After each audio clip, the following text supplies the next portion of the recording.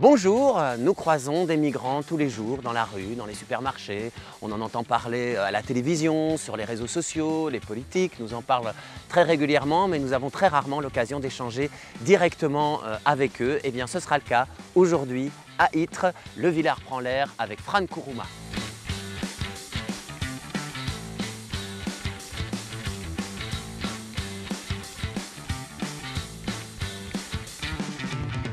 Nous sommes sur le port de plaisance de Ytre. Dans ce cas, il fait, on va dire, le temps est, on va dire, incertain. On prend l'air aujourd'hui avec Fran Kourouma. Merci beaucoup, Fran, de prendre l'air avec nous aujourd'hui. Tu es là d'abord parce que tu vas faire un spectacle au Villard fin mai, début juin, un spectacle que tu as écrit sur ton parcours de réfugié. Donc on va parler un peu de ça aujourd'hui.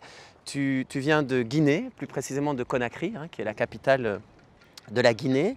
Et tu as quitté ton pays en 2016. Tu avais 19 ans.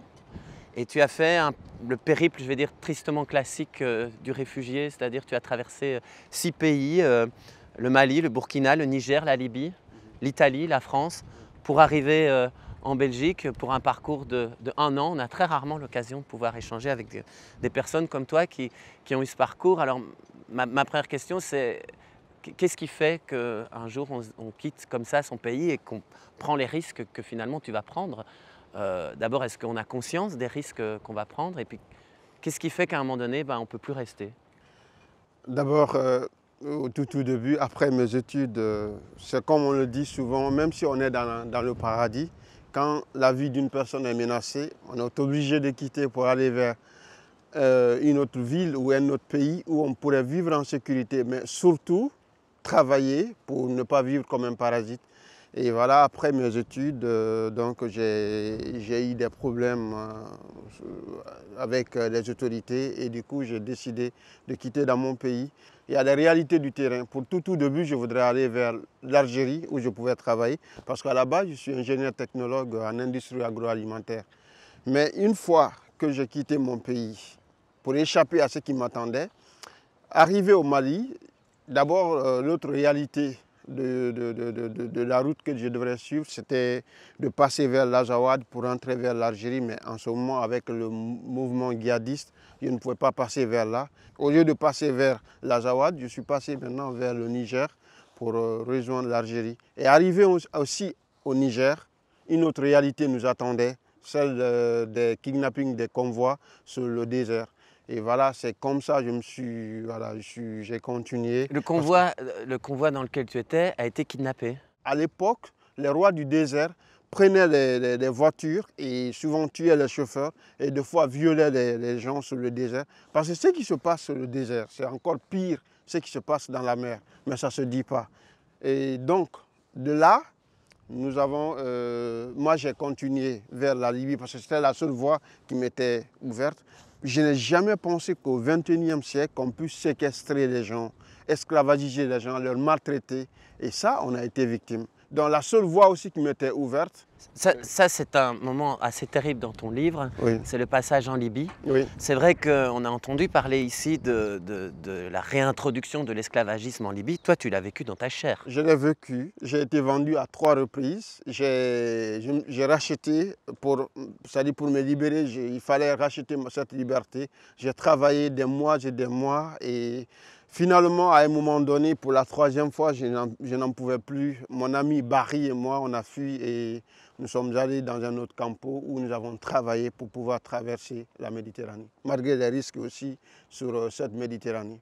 Donc tu as travaillé pour te racheter toi-même. Pour racheter, oui, cette liberté, parce qu'on était considérés comme des esclaves. Des fois, la soirée, on nous mettait des chaînes aux pieds et puis on nous mettait souvent dans les poulaillers pour pouvoir nous garder jusqu'au lendemain. Et chaque jour, nos bourreaux, ceux qui nous séquestraient, ils nous prenaient, ils nous envoyaient dans les chantiers où ils nous obligeaient à travailler toute la journée et que le soir, ils venaient nous chercher.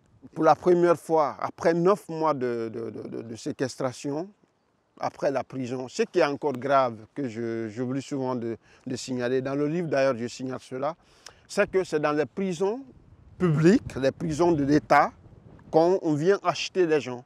Et ça m'a étonné. Parce que pour le premier cas, c'était les bandits. Nous étions dans un système mafieux.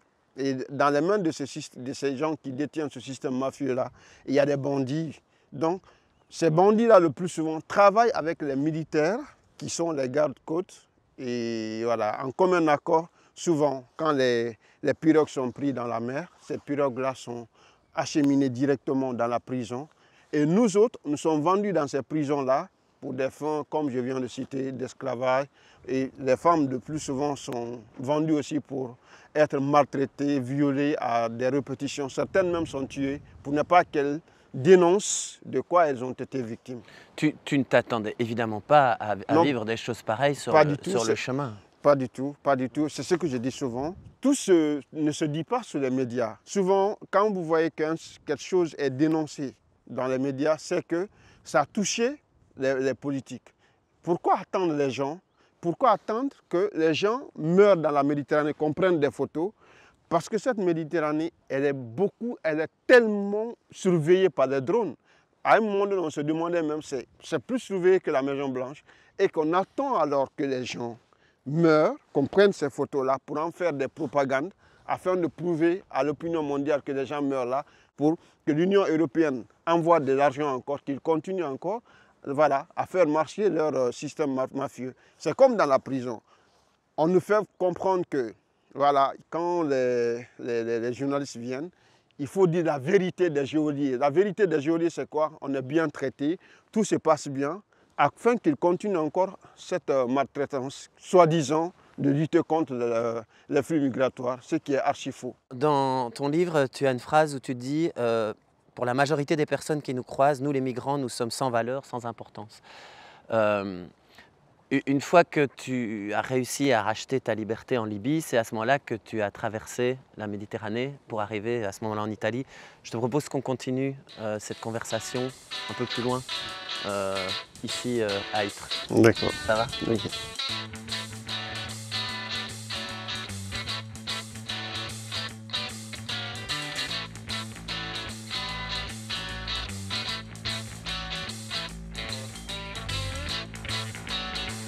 Nous sommes à Ypres, le Villard prend l'air avec Fran Kourouma, réfugié guinéen avec lequel on partage le témoignage. Ici on est à l'ancien centre géographique de la Belgique, mais ce n'est plus le cas parce que la géographie de la Belgique a bougé depuis. Et juste en face du théâtre de la Valette où tu as joué la saison dernière, le spectacle Notre Soleil qui sera au Villard fin mai, donc du 30 mai au 2 juin prochain.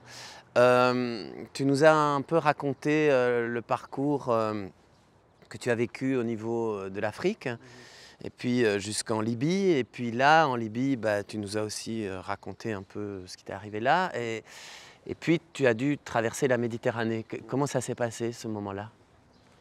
Une traversée très affreuse, parce que d'abord, après 10 heures de navigation, notre pirogue s'est arrêtée parce qu'il n'y avait plus de carburant. Et du coup, on était perdu en pleine mer. Il n'y avait pas d'autres bateaux de sauvetage. Et personne ne pensait maintenant, voilà, si on va vraiment survivre. On a essayé, certains ont essayé de nous persuader qu'on devrait se retourner, ce qui n'est pas le cas de certains. On a décidé de mourir là que de retourner, parce qu'au moins, si on meurt sur les eaux internationales, nos corps peuvent être identifiés et après, nos parents sauront que nous sommes morts. C'est mieux pour nous de mourir là que d'aller mourir dans les eaux libyennes où on allait nous mettre dans une fosse commune. Donc, on est resté dans cet état et quelques moments après, on a vu un bateau et ce bateau est venu nous sauver.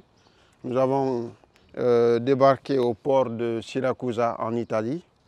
Et de là, pour un premier temps, j'ai été envoyé à Lecce, dans un centre appelé Wichita, où j'ai été même le 10 novembre passé pour un spectacle, parce que mon ancien directeur le voudrait. Donc ça a été un bon moment pour moi de retrouver les amis, de retrouver aussi mes anciens encadreurs. Et c'est de là, après quelques temps, je suis revenu à Rome. Et de là, suite à un autre petit problème, là, je suis venu vers la Belgique. Dans ton livre Notre Soleil, tu dis à un moment donné, la vie en Europe sans papier, sans parents, C'est côtoyer jour après jour le stress et le chagrin comme seul compagnon de misère, même en Europe. En Europe encore, ici, on ne nous bastonne pas avec les bois, mais le traitement ici, qui est inhumaine, elle est purement psychologique. La première désillusion, c'est la procédure de demande d'asile. L'étonnement de tout ce qu'on nous dit, de tout ce qu'on nous chante en Afrique par rapport à l'Europe. Une fois dans cette procédure, pour mon cas, j'étais au Petit Château, je ne pensais pas du tout qu'au XXIe siècle, ici en Europe, qu'on pouvait traiter les gens de la sorte. Et ce qui est grave encore, dans la rue, tout ce que nous, les migrants, on a besoin c'est-à-dire qu'on nous accorde notre humanité. Oui, mais surtout les autorités, la façon dont est organisé l'accueil des migrants. Donc toi, tu arrives finalement en Belgique, et puis là, tu vas quand même pas être très très bien reçu. Cette attente longue de la procédure de demande d'asile, c'est une torture. Parce que pendant combien de mois on vit dans l'instabilité, dans la tête, ils disent souvent les centres fermés. C'est une façon de camoufler ce mot prison, mais c'est la prison. Certains mêmes centres sont pires que certaines prisons et c'est la réalité des faits. Mais pour ne pas que ce mot-là, vu que ça choque dans les oreilles des gens, on préfère dire centre. C'est ça. Et c'était ça notre quotidien en fait, dans cette vie de forçat. Mais donc tu arrives, il y a une obligation quand même de la part de l'État belge de loger. Normalement, les personnes qui sont en demande d'asile, ça n'a pas été le cas pour toi. On se pose la question, comment ils sont logés? Moi, j'ai eu le malheur qui était que je venais de l'Italie. On n'en a rien à foutre de tout ce que l'on a vécu de ton pays, de la route, tout. On suppose que l'intéressé devrait être retourné en Italie. C'est là où son dossier doit être traité. Donc, ma procédure de Dublin n'a pas marché. Et un jour, on m'a fait, en plein hiver, c'était le début hiver, on m'a cherché du centre. Je me suis retrouvé sans abri. Et durant des mois aussi, j'irais dans les villes. Donc tu étais sans abri en Belgique? En Belgique, oui. Pendant combien de temps? À Bruxelles, disons 6 mois et quelques, parce que c'était tout au long du mois d'hiver, du moment d'hiver, voilà. Et après l'hiver, c'est vers l'été que j'ai eu la chance de rencontrer deux jeunes Flamands, qui sont aussi des comédiens, qui m'ont hébergé chez eux. Et c'est grâce à eux que j'ai d'abord rencontré Anne de Globaroma, où une autre histoire a commencé. Et à travers ces mêmes jeunes, j'ai repris ma procédure de demande d'asile. Le Dublin a été cassé et j'ai bénéficié du titre de séjour fin 2018. On va un petit peu parler dans la suite de la dimension écriture de tout ça, puisque tu as écrit en fait tout ce qui t'est arrivé au fur et à mesure de ton parcours. Mais on en parle un petit peu plus loin ici dans notre balade à Ypres. Ça va? D'accord.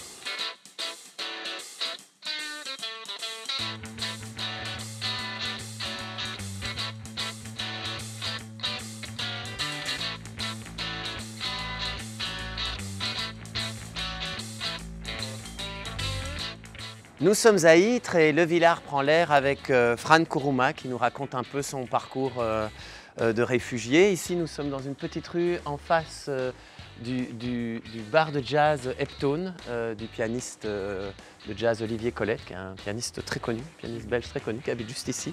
Nous sommes ensemble ici aujourd'hui et c'est ce qui fait aussi que tu as fait un spectacle et c'est ce qui fait aussi que tu as écrit un livre.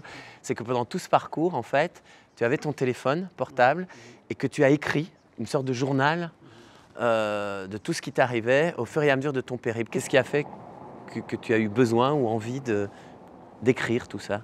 Ce qui m'a motivé d'abord, après tout ce périple, une fois en Belgique, l'étonnement, la désillusion, l'état dans lequel nous étions, les conditions bien sûr que nous étions à l'époque. Et du coup, j'ai décidé de décrire quelque chose sur mon téléphone. Parce qu'en écoutant dans les deux sens, d'abord, en Afrique, ceux qui prétendent que l'Europe, c'est l'Eldorado, tout se gagne facilement, tout l'euro, l'argent en question, tout est facile à gagner. Et ici aussi, ceux qui prétendent que nous prenions des bateaux, nous venons facilement en Europe. Je me suis décidé, c'est-à-dire j'ai décidé, pourquoi ne pas parler de notre vie? Parce que si on ne sait pas quelque chose, c'est-à-dire on accuse sans se rendre compte de ce qu'on dit. Donc j'ai décidé d'écrire Au tout début, pour moi, c'était vraiment thérapeute parce que j'écrivais sur mon téléphone chaque nuit, chaque fois que je n'avais pas envie de dormir, j'avais des problèmes de sommeil, donc je me mettais à écrire sur mon téléphone au fur et à mesure. Et j'ai continué quand je suis devenu sans-abri. Mais un jour, je me suis vu avec 800 pages sur mon téléphone. Et de là, maintenant, j'ai pensé un jour, pourquoi ne pas en faire un livre?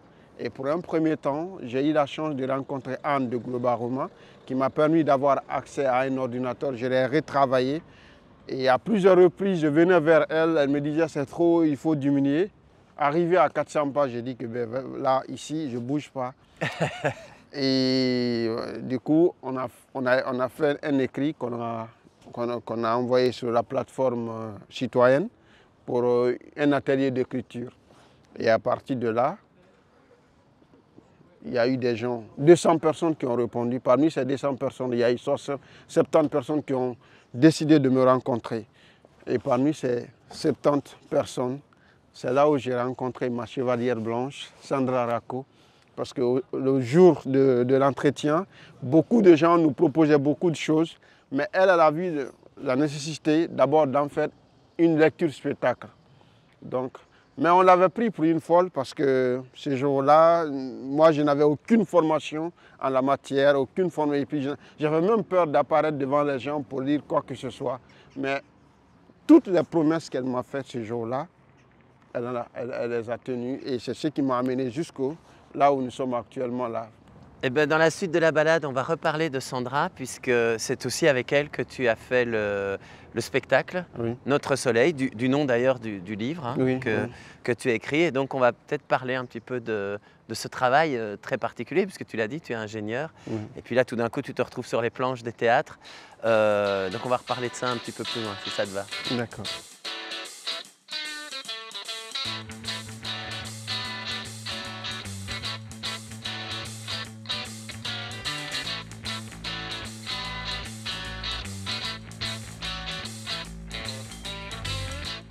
Le Villard prend l'air aujourd'hui à Ytre avec Fran Kourouma et nous terminons cette balade dans un endroit incroyable, hein, assez original, l'église Sainte-Lugarde qui a été aménagée en gîte. Et donc ici on est vraiment dans le cœur de l'église pour terminer cette balade. On a parlé un peu du travail d'écriture que tu avais fait sur ton parcours de réfugié.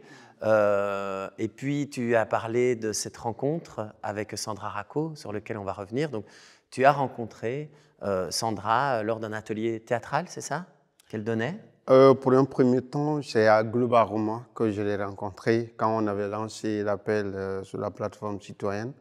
Et les gens qui se sont présentés, elle était parmi ces gens-là. Et c'est là, au cours de cette réunion, qu'elle nous a proposé une lecture spectacle. Pour nous, c'était impossible, vu que je n'ai pas la formation, tout. Mais au fur du temps, parce qu'on a commencé à travailler, malgré toute cette vie, toute ma condition de vie que je menais à l'époque, avec les stress quotidiens, les soucis, tout. Laure Châtier nous a rejoints et Boris plus tard. Et avec toute cette personne-là, nous avons essayé, pour un premier temps, d'abord travailler sur la lecture spectacle et qui a eu lieu au théâtre Mercedus. Donc, lecture-spectacle à partir de ton texte, oui, de Notre Soleil. De Notre Soleil. C'est important, tu cites Annette Brodcom et Christophe Herrada, qui ont aussi leur compagnie d'ailleurs en Brabant Wallon, et qui ont permis au spectacle de se faire, qui ont coproduit le spectacle, qui ont permis qu'il se produise. Annette Brodcom, c'est comme le baobab de la structure. C'est voilà, nous tous, quand elle nous prodigue toujours des bons conseils. Elle nous accompagne et elle fait plein de choses aussi pour que voilà, les choses puissent aller à l'avant. Parce que c'est à partir de cette lecture spectacle, les 50 pages obtenues, que nous avons aussi essayé de retravailler pour rencontrer la maison d'édition. C'est à partir de là aussi que le livre est né. Oui, mais donc tu es devenu acteur, en quelque sorte. Comme ici, notre discussion où on parle un petit peu à bâton rompu, là, ce n'est pas le cas. C'est écrit, tu as étudié ton propre texte, il y a même une scénographie, et donc tu es devenu acteur, et un acteur qui joue énormément, puisqu'on en a parlé tout à l'heure, tu as joué à La Valette, tu as joué dans des tas de salles différentes. Tu as combien de représentations là maintenant? Tu sais à peu près? Ah, c'est trop. Mais beaucoup, oui, beaucoup de représentations sur quelques années. Donc, comment tu vis ça? Comment tu vis ça, le fait d'être devenu en fait acteur de ce spectacle? Je ne me vois pas beaucoup acteur en la matière, mais je remercie tout simplement toutes ces personnes-là, surtout Sandra, qui m'accompagne. Qui met en scène le spectacle aussi, qui t'a aidé à faire l'adaptation. Beaucoup de choses qui tournent autour. Et à chaque représentation, quand je rentre chez moi, je dors très bien. Parce qu'à vrai dire, mon histoire, mon vécu se passe, c'est-à-dire ce passé me rattrape à chaque fois. Mais au fur et à mesure que je parle avec les gens, j'échange avec les gens, c'est vraiment thérapeute pour moi. Et ça m'aide beaucoup dans ma vie à oublier, à laisser ce passé-là. Et surtout aussi, à chaque fois que je rencontre d'autres personnes, je sens qu'il y a du travail encore à faire. Il faut continuer encore à passer ce message-là. J'imagine que c'est comme ça tous les soirs. Aussi, tu disais tout à l'heure, quand on est arrivé ici à Ytre, que tu travailles en fait à Ytre, oui. Dans une institution oui. pour les handicapés. Oui. Voilà, donc tu as un job, tu vis maintenant à Bruxelles avec ta famille, parce que tu es très jeune, tu as 27 ans, mais tu as quand même déjà 2 enfants. Oui. Et tu as une femme avec qui tu vis, etc. Donc là, tu as dit que tu avais un permis de séjour, mais tout n'est pas encore gagné pour toi, puisque ce permis de séjour doit être renouvelé, et ce n'est pas du tout gagné, puisque tu l'avais obtenu en 2018. Maintenant, nous sommes en 2023. Il y a une nouvelle demande, mais malgré tout ton parcours et malgré tout ce que tu as pu démontrer, on se rend compte que même là, il y a quand même toujours un stress par rapport à ça, il y a une incertitude par rapport à ça, pour toi et même pour ta famille quand même. Oui, tout à fait, c'est aussi une autre vie. Et cette fois-ci, ce qui est grave, c'est que je ne suis plus seul, je suis avec toute la famille. Et cette nouvelle vie que je mène actuellement, je pensais qu'elle était déjà derrière moi avec mon passé, surtout le jour que j'ai eu ce travail, ce contrat, c'est-à-dire... je me suis dit qu'enfin, j'ai retrouvé cette vie de paix que je rêve beaucoup plus longtemps. Mais je me suis retrouvé dans une nouvelle procédure qui, je pense, dans les jours à venir, je ne souhaite pas le pire. Mais j'espère qu'on ne va pas arriver là. Mais pour le moment, on est dans les mêmes réalités qu'avant, cette attente longue pour connaître la suite de cette procédure. Oui, donc toi, tu aspires en fait à une certaine sérénité, à pouvoir travailler et vivre avec ta famille, voilà, comme tu le fais. Et maintenant, tu es quand même fort intégré à la fois dans la vie professionnelle, mais aussi même dans la vie artistique maintenant de notre fédération. Bon, merci beaucoup, Fran. C'est moi qui vous remercie. Pour cette balade, c'était un plaisir de se balader avec toi ici à Ytre. Et de toute façon, on se retrouve très bientôt au Villard, au Studio 12, du 30 mai au 2 juin pour Notre Soleil. Merci.